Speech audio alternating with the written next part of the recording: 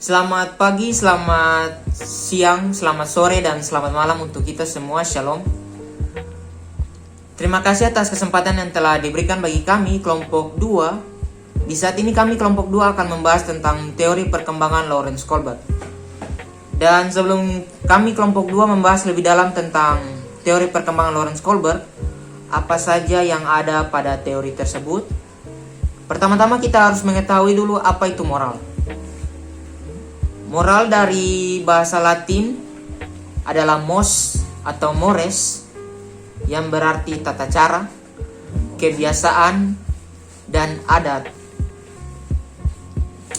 Ada pula moralitas. Moralitas sendiri berdasarkan dari kata moral, yang berarti tata aturan atau nilai-nilai mengenai baik dan buruknya perbuatan dari manusia. Maka bisa disimpulkan bahwa perkembangan moral adalah perkembangan pikiran, perasaan, dan perilaku menurut moral atau tata cara, kebiasaan, dan adat yang berlaku di dalam kehidupan sosial seseorang. Dari hal-hal tersebut muncullah teori-teori perkembangan moral. Salah satunya adalah teori perkembangan moral Lawrence Kohlberg yang akan dibahas di saat ini. Dan yang perlu kita ketahui, perkembangan moral juga memiliki beberapa tujuan. Adapun tujuan perkembangan moral yaitu yang pertama, mengembangkan karakter seseorang menjadi lebih baik, dan yang kedua, membentuk kualitas hidup manusia agar semakin lebih baik. Yang ketiga, membangun karakter yang lebih ideal. Dan yang keempat, membangun generasi yang kontributif bagi kemajuan bangsa. Teori perkembangan moral Lawrence Kohlberg. Lawrence Kohlberg lahir di Bruxelles pada tahun 1927 dan pada tahun yang ke-1948 dia masuk ke Universitas Chicago. Dia mengambil bidang psikologi. Dia mengambil bidang psikologi karena dia terinspirasi dengan teori yang telah dihasilkan oleh Piaget, serta dia mengagumi reaksi anak-anak terhadap moral.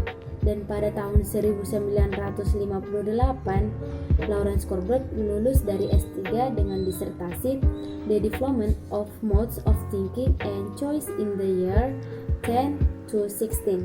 Dan Lawrence Kohlberg juga mengajar di Universitas Chicago pada tahun 1962 sampai dengan 1968 di tempat dia meraih gelar sarjana. Dan dia juga mengajar di Universitas Harvard pada tahun 1968. Terima kasih teman-teman masih tetap mendengarkan dan menyimak materi yang kita bawakan. Di depan tadi sudah banyak dijelaskan oleh teman-teman kita bahwa apa itu perkembangan, apa itu moral. Sehingga di dalam bagian ini kami boleh menyimpulkan bahwa teori perkembangan Kohlberg yaitu suatu aktivitas berpikir dari setiap individu yang kemudian menghasilkan suatu keputusan antara yang benar dan yang salah, memandang setiap perilaku yang kita lakukan atau orang lain lakukan. Putusan atau pandangan antara yang benar dan yang salah ini menurut Kohlberg dilatar belakangi oleh berbagai perspektif. Dan Kohlberg membedakan perspektif ini menjadi 6 tahapan. Artinya bahwa di setiap tahapan ini Kohlberg memberikan perspektif tentang suatu perumusan yang benar dan yang salah. Dan 6 tahapan ini akan sebentar dijelaskan oleh teman-teman kita di bagian video ini. Teori perkembangan Kohlberg ini adalah suatu kelanjutan dari teori yang dijelaskan oleh Piaget, yaitu teori perkembangan kognitif. Selanjutnya, masuk ke dalam penjelasan 6 tahap perkembangan moral oleh Lawrence Kohlberg. Yang pertama, tingkat prakonvensional. Prakonvensional merupakan tahap di mana seseorang menilai hal yang baik dan buruk berdasarkan faktor eksternal dirinya, seperti adanya hubungan sebab akibat, hadiah dan hukuman, serta apa yang menyenangkan dan tidak menyenangkan. Di tingkat ini, cara penilaian moralitas dari suatu tindakan fisik secara langsung, dan tingkat prakonvensional umumnya ada pada anak-anak. Adapun tingkat prakonvensional ini dibagi menjadi 2 tahap. Yang pertama, tahap hukuman dan kepatuhan orientasi, dan kedua, tahap orientasi instrumental relativis.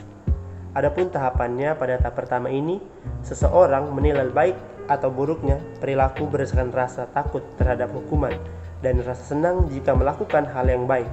Contohnya, seorang anak melakukan kebaikan dan mematuhi orang tua untuk mendapatkan imbalan dan tidak mendapatkan hukuman, namun akan mendapat hukuman jika melanggar perintah orang tua. Tahap 2. Tahap 2 disebut orientasi instrumental relativis. Menurut tahap ini, tindakan yang benar adalah ketika seseorang bisa memenuhi kebutuhannya maupun kebutuhan orang lain. Pada tahap ini, anak-anak tidak lagi bergantung pada aturan yang ada. Mereka akan sadar bahwa setiap peristiwa yang terjadi itu bersifat mutlak. Pada tahap ini juga, anak-anak lebih berorientasi pada kesenangannya sendiri. Contohnya, ada 2 orang anak kecil yang memiliki hobi yang berbeda. Mereka akan cenderung bermain sendiri dan tidak saling memperdulikan. Tanpa mereka sadari, mereka akan saling membutuhkan jika terjadi sebuah masalah yang menimpa salah satu dari mereka atau yang menimpa mereka berdua.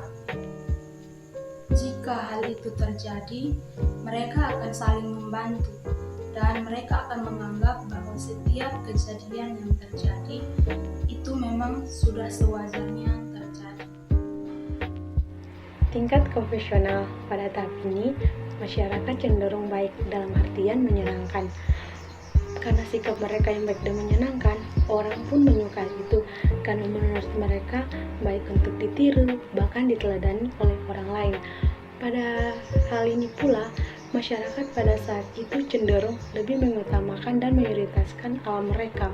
Seperti yang di poin 3 mengatakan, tahap ini lebih mayoritaskan orang alam. Contohnya, saya dari daerah saya lebih memprioritaskan orang yang dari daerah saya daripada orang lain. Saya lebih mengutamakan orang itu, seperti mereka lebih mengutamakan alam mereka daripada alam orang lain. Contohnya, saya mengikut sebuah pemilihan dan di situ ada orang dari daerah saya, maka saya lebih memprioritaskan dan saya memilih dia daripada orang lain. Itu yang disebut dengan lebih memprioritaskan atau mengutamakan alam mereka. Tahap 4 atau yang disebut sebagai tahap konvensional merupakan tahap yang memperhatikan norma-norma sosial dan otoritas terhadap sosial yang terjadi dalam kehidupan mereka setiap hari, serta melihat bagaimana keadaan norma sosial tersebut. Artinya, untuk hidup harmonis, seseorang harus menaati dan mematuhi norma-norma yang telah mereka sepakati dari awal, serta menjalankannya dalam kehidupan mereka setiap hari. Dalam hal ini pula, anak-anak juga mematok otoritas hukum dan tata tertib dalam kehidupan mereka.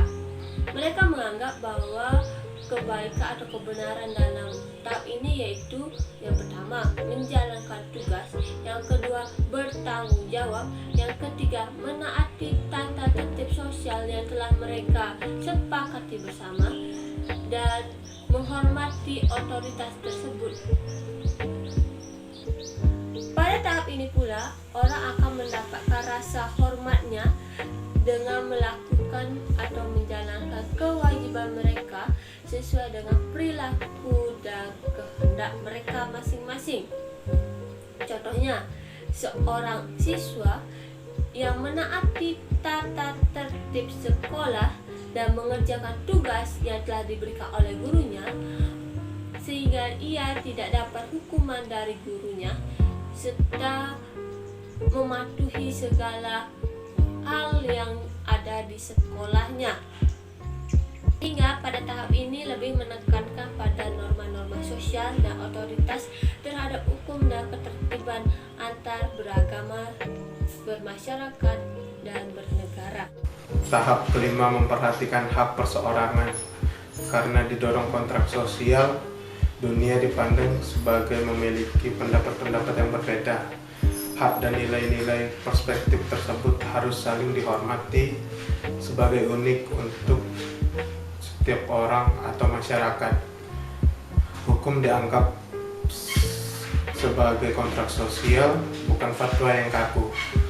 Mereka yang tidak memajukan kesejahteraan umum harus diubah bila perlu demi terpenuhinya kebaikan terbesar untuk jumlah terbesar orang. Hal ini dicapai melalui keputusan mayoritas dan kompromi tak terelakkan. Rentangan usia pada tahap ini jarang muncul sebelum masa kuliah. Sekarang kita masuk ke tahap 6 dari tingkat pasca konvensional. Tingkat ini sangat lekat dengan prinsip universal etika. Apa itu prinsip universal etika? Prinsip universal etika adalah sebuah prinsip yang didefinisikan oleh keputusan hati nurani, sehingga individu berkeputusan, berkelakuan, dan menilai moral dengan hati nuraninya sendiri. Universalistis memandang semua orang martabat dan kedudukannya itu sama. Orang atau individu yang masuk ke tahap ini tidak melulu mengharapkan hadiah atau untuk menghindari hukuman, tetapi demi kepentingan dan perkara nilai etis yang ada. Prinsip-prinsip etis dan hati nurani ini berlaku secara universal. Universal maksudnya adalah individu menerapkan prinsip universalitas tanpa memandang ras, agama, suku, ataupun perbedaan-perbedaan lainnya. Inti dari tahap ke-6 ini adalah prinsip universal etika sangat berfokus kepada hal-hal yang berbau keadilan, kesediaan diri untuk menolong sesama, dan tentunya kemanusiaan. Menurut Colbert, masih sedikit orang mencapai tahap ke-6 ini. Kalaupun ada, hanya ada beberapa yang tetap konsisten.